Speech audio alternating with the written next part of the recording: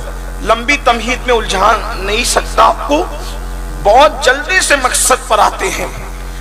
اگر اپنے بچوں کو زنا سے، نشے سے، شراب سے، چوری سے، حرام سے، گندگی سے، جہنم کی آگ سے بچانا ہے تو آج سے 1450 سال پہلے اللہ کے رسول نے نصاب بیان کر دیا۔ اللہ کے رسول صلی اللہ علیہ وآلہ وسلم نے نصاب بیان کر دیا، فرمایا اپنی اولاد کو 3 باتیں سکھاؤ۔ ان 3 باتوں پہ گفتگو کر کے میں اپنی بات پوری کر رہا ہوں۔ میری بہنوں کی خاص توجہ، اس لیے کہ ماں بچے کی تربیت میں بہت بڑا کردار ادا کرتی ہے، اور اللہ اکبر، اگر ماں کی گود سدھری ہوئی ہو تو پھر بچے کو کسی اصلاح معاشرہ کے جلسے کی ضرورت نہیں پڑ سکتی۔ اللہ اکبر، اس لیے ماؤں کی توجہ زیادہ۔ اللہ کے رسول صلی اللہ علیہ وآلہ وسلم نے ارشاد فرمایا اپنی اولاد کو 3 باتیں سکھاؤ۔ سکھا دو اپنی اولاد کو 3 باتیں۔ وہ 3 باتیں کیا ہے؟ جلدی جلدی پڑھی جاتی ہے۔ نمبر 1، سب سے پہلے نمبر پر اپنی اولاد کو جو بات سکھاؤ، فرمایا حب نبیکم، تمہارے نبی کی محبت سب سے پہلے اپنی اولاد کو سکھاؤ۔ سب سے پہلے اپنے نبی کی محبت اپنی اولاد کو سکھاؤ۔ اللہ اکبر، یعنی کہ کیا؟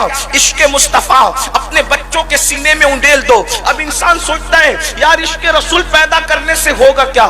پہلی بات آپ کو بتاؤں، جو واقعی عاشق رسول ہوگا وہ جانے گا کہ میرے آقا کی آنکھوں کی ٹھنڈک نماز میں ہے، تو وہ نماز کو کیسے ترک کرے گا؟ اللہ اکبر، آج مسلمان نماز کو اس لیے ترک کر رہا ہے کہ وہ سچا اور مضبوط اور پکا عاشق رسول نہیں ہے۔ اللہ اکبر، اللہ اللہ، جسے یہ احساس ہوگا عشق رسول کے بعد کہ میرے آقا کی آنکھوں کی ٹھنڈک نماز میں ہے، تو وہ مسجد کو ویران کیسے کرے گا؟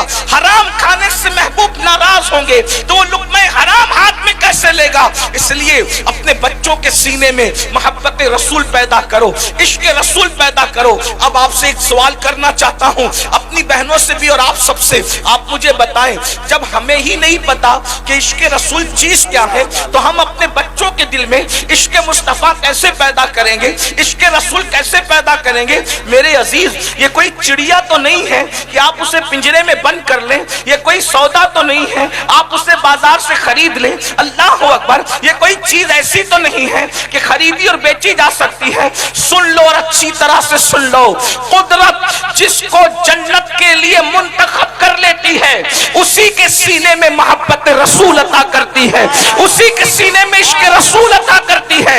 عشق مصطفیٰ وہ طاقتور سرمایہ کا نام ہے کہ بزرگوں نے فرمایا جب عاشق پل صراط سے گزرے گا تو جہنم کہے گا اے عاشق رسول جلدی سے گزر جا، تیرے عشق کی آگ کی وجہ سے میری آگ ٹھنڈی ہوتی جا رہی ہے۔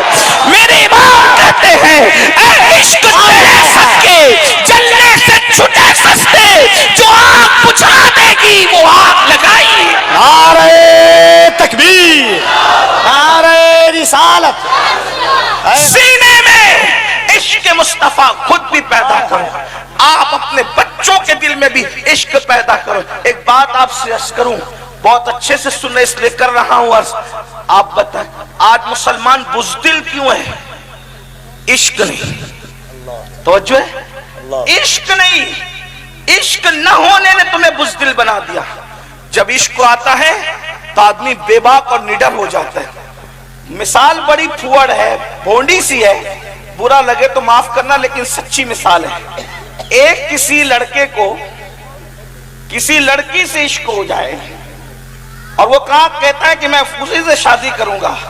وہ لڑکا جو جیب خرچ لینے کے لیے بھی باپ کے پاس آتا تھا، ماں کی منتیں کرتا تھا کہ مجھے جیب خرچہ دلا دو، اسکول کی جو ہے وہ یونیفارم دلا دو اور کاپیاں دلا دو اور کتابیں دلا دو۔ جب اس کو کسی سے عشق ہوا، حالانکہ میں اس کی تائید نہیں کر رہا، وہ عشق نہیں ہے، وہ نفسانیت ہے، لیکن کہتے تو ہے نا عشق۔ جو لوگ کہتے ہیں وہ ہمیں بھی مجبوراً کہنا پڑتا ہے۔ تو جب باپ کہتا ہے کہ تو نے اس سے شادی نہیں کرنا تو تو کہتا ہے میں تو اسی سے کروں گا. یہ جواب پلٹ کے کیوں دیتا ہے؟ باپ مارتا ہے، گھر سے نکالتا کہ میں سب برداشت کروں گا، حالانکہ یہ جائز نہیں ہے اس کے لیے. لیکن مجھے بتاؤ، جب ناجائز نفسانیت کی محبت پیدا ہوئی تو انسان اتنا بے باک اور نڈر ہو گیا کہ باپ کی مار کا بھی خوف اس کے دل میں نہ رہا. اگر آمینہ کے لال کا عشق پیدا ہو جائے تو پھر انسان کی بے باکی کا عالم کیا؟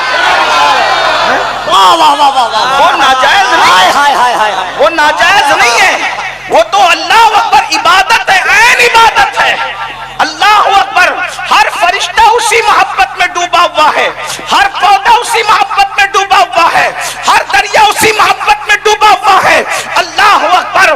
بلکہ جاؤ اور جا کر کے جلتے ہوئے آتش کدے سے پوچھو کہ کس کے عشق میں جل رہے ہو، تو وہ تمہیں بتا دیں گے کہ کس کے عشق میں پتھر ہے بدزدہ، کس کے عشق میں کھڑے ہیں. بتا دیں گے کہ عشق کس کا ہے.